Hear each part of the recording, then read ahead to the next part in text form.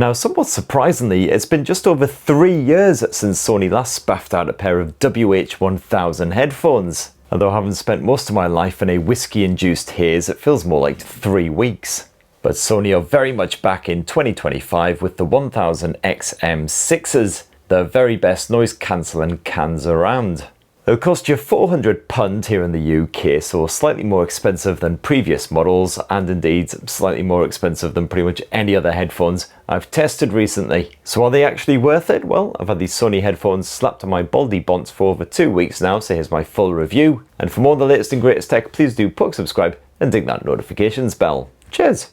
Now, starting with the design, the WH-1000XM6s do look distinctly Sony, but also distinctively different from previous generations, all of which offered a very similar sort of style. They are quite chunky, of course, as you can see, but not hideously so. I don't think I look too ridiculous with them gripping my hairless head, although I'm sure I'll be proven wrong when I peruse the comments section of this video. I rather like the irregular design and the fact that the branding isn't too in your face, but as you can see, that smooth and slightly soft touch surface does get marked up rather fingerprinty and greasy all too easily. This is of course the standard black model, but you can also grab the Sony WH-1000XM6 headphones in silver or midnight blue, and frankly I'd prefer either of those options, as I do like slightly brighter, bolder design. Well, you've also got a metal hinge on both sides, so they do crush up fairly compact, so you can really stuff them into a backpack when needed.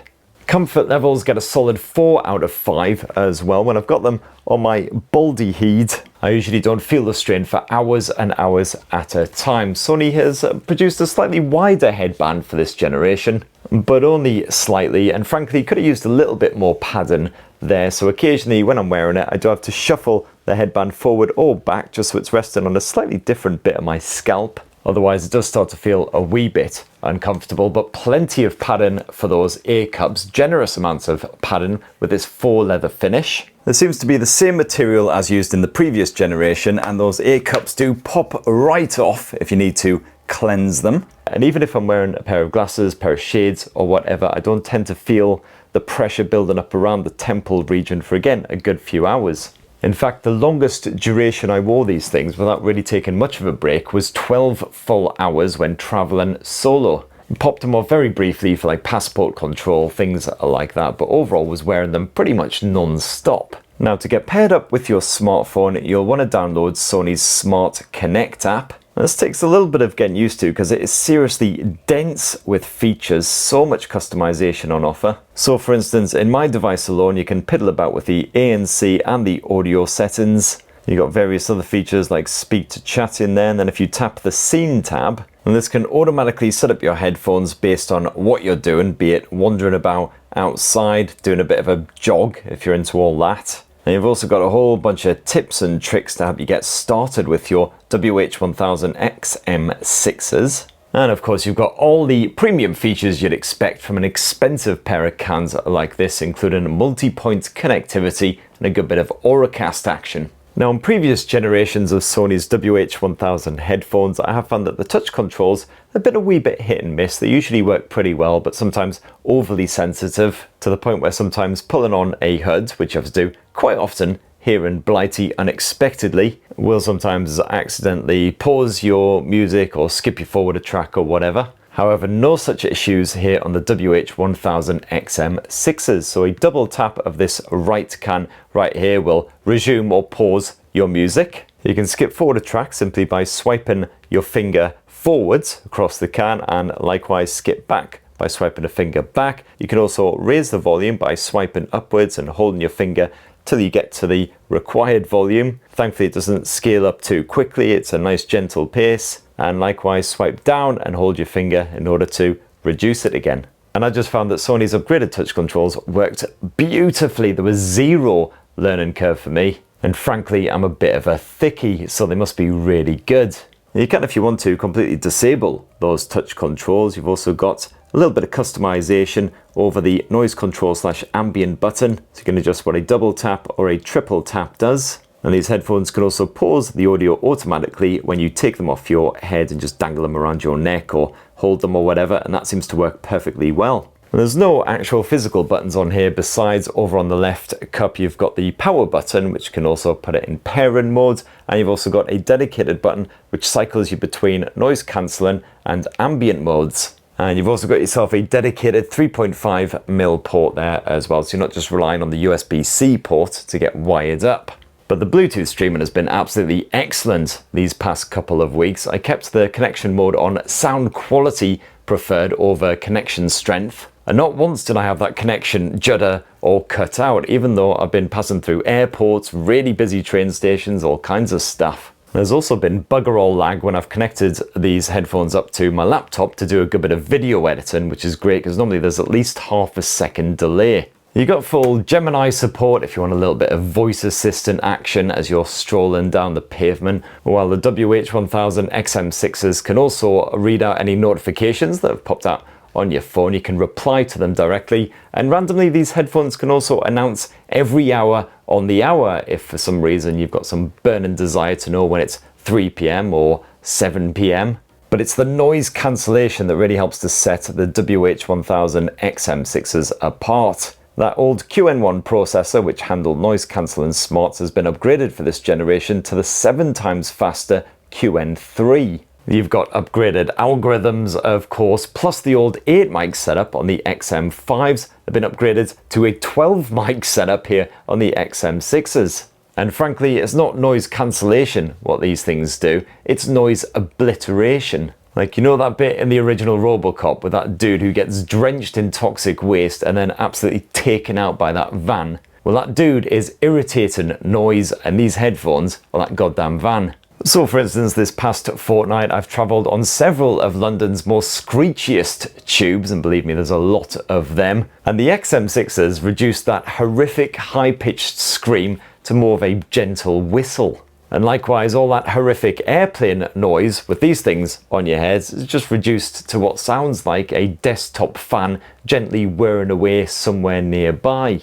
And then there's the excellent ambient modes, and while a lot of headphones simply just pipe in everything that's going on all around you so you can hear announcements and things like that, Sony has gone one step further. It's a bit more clever than that. So in quite noisy environments, you can still block out a lot of that irritating background shenanigans, the likes of traffic sounds and children. But as long as you don't have your music absolutely blasting, where you can still make out announcements, and you can still actually have a conversation with someone, it just makes travel that much more peaceful and bearable. And if you are struggling to hear an announcement or somebody chatting at you, no worries at all. Just slap a hand over that right cup and immediately you'll be fully aware of everything going on all around you. You'll be able to listen to that announcement, have a chat with someone, whatever. Whatever audio you listen to will be hushed right down, and then when you pull your hand away, instantly back to whatever mode you were in. No worries. And you do also have adaptive noise cancellation on these things, which can raise or lower the performance of the ANC depending on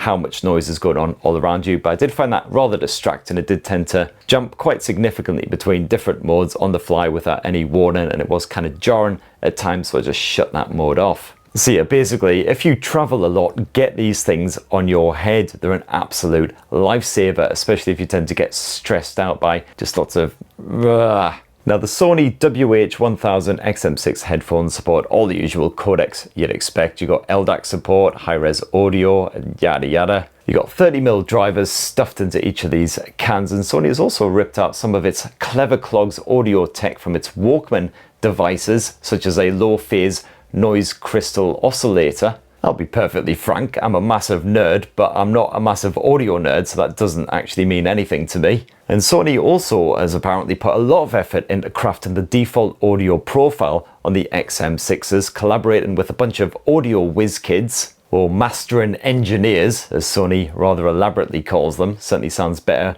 on the old LinkedIn profile. Well, you also have a 10-band EQ to fiddle with if you want to boost the lows or highs or whatever. And there's even a tool on here which can adjust the audio in real time as you listen to your own tunes to help you create your own custom audio profile. And on the default audio profile, everything sounds rather good, as you'd kind of expect. But personally, I got a custom EQ on the go just to boost the bass a little bit, because I really like those rumbly lows for my angry, shouty metal music. I also need to bump the highs up quite a lot because your Uncle Spurt is frankly going deaf. And I've got to say, well, Sony's custom sound profiling tool works quite well. I do prefer the actual proper hearing test tools you get on the likes of the JBL Tour One M3s. Works really, really well. It just plays a bunch of high-pitched and low-pitched sounds, and then you basically tap a button on the app screen whenever you can't hear them anymore, and then the app knows exactly which tones to really boost, so you get a nice balanced sound. However, still more than satisfied with what I heard here, and if you do like audiobooks or podcasts, those vocals nice and crisp and clear. And you've got dozens of other features slapped on this thing as well, including an automatic tweaking of those audio settings when gaming to help enhance footsteps, for instance. Great news if you've got bloody school kids always creeping up on you on Call of Duty or PUBG. Well, the 360 upmix feature can help convert bog standard stereo sound when you're watching a bit of Netflix or whatever into proper immersive 360 surround sound. Although, you know, sometimes it works better than other times. And out of those 12 microphones slapped on here, you've got 6 beamforming mics which focus on your voice whenever you're making a phone call. And that vocal quality has been boosted with a good bit of AI smart arsery too, naturally, while muffling any background bollockry, including windy shenanigans and sounds of lots of angry traffic like what we're simulating right here. And these Sony headphones can also mute the mic if you double tap the ANC button, but to do this you have to go into the device settings, go to the systems tab and enable the headphones microphone operation. Now, Sony estimates with the WH-1000 XM6 headphones you'll get approximately 30 hours of battery life with active noise cancellation turned on the whole time. And I gotta say, I found that Sony's estimates was pretty much bang on. Sure enough, on the longest day that I used these things was 15 full hours of audio streaming. That was quite the day. The battery life reduced from 100% down to pretty much bang on 50%, and then continued to trickle down at the same rate after that. And while 30 hours is certainly not to be sniffed at, it's also far from the best result I've had from a pair of over-ear cans, especially some as chunky as this. So for instance, the JBL ones that I recently tested delivered closer to 50 hours of action on a full charge. But still, unless you go absolutely mental with these things, they should still last you for, you know, a long weekend away, and certainly on the longest of long-haul journeys. If you do find they're running dry because you forgot to charge them up before buggering off on a trip or the commute or whatever, no worries, just 3 minutes plugged in via USB-C will charge them up enough to give you 3 full hours of audio streaming. And in even better news, you can continue to use these headphones while they're charging. And there you have it, my lovelies. That in a tasty wee nutshell is what I reckon of the Sony WH-1000 XM6 headphones. It's great to see Sony back with a bang, and while these headphones aren't necessarily the best out there as far as the audio is concerned, you certainly cannot fault them for the fact that they've packed in so many features, so many fantastic features, and the noise cancellation on these things is incredible. Top tier grade A stuff, to the point where traveling is no longer the absolute misery it used to be. The streaming support is excellent, as you'd expect. You've got all the high-res audio action and all of that good stuff, and of course you're future-proofed with the likes of Auracast support. But the Sony WH-1000 XM6s also ain't cheap. As I said, £400 here in the UK, so definitely go check out my reviews of some other not quite as expensive headphones if you want some alternatives. In the meantime, if you've also had these things slapped on your head, it'd be great to hear your own mini review down in the comments. Please do subscribe and ding that notifications bell for more on the latest and greatest tech, and have yourselves a ruddy, wonderful rest of the week. Cheers everyone, love you!